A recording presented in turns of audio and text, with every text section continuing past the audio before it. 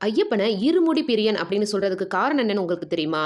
எந்த தெய்வத்துக்குமே இல்லாத வழிபாடு ஐயப்பனுக்கு இருக்கு. அதுதான் இருமுடி வழிபாடு. வாழ்க்கையில எவ்வளவோ துன்பங்கள், எவ்வளவோ கஷ்டங்கள், எவ்வளவோ பிரச்சனைகள். பட்டதெல்லாம் போதும். இதுக்கு மேல என்னால தாங்க முடியல. உன்னோட சந்நிதி நோக்கி நான் வர்றேன். எனக்கு அருள் புரி ஐயப்பா!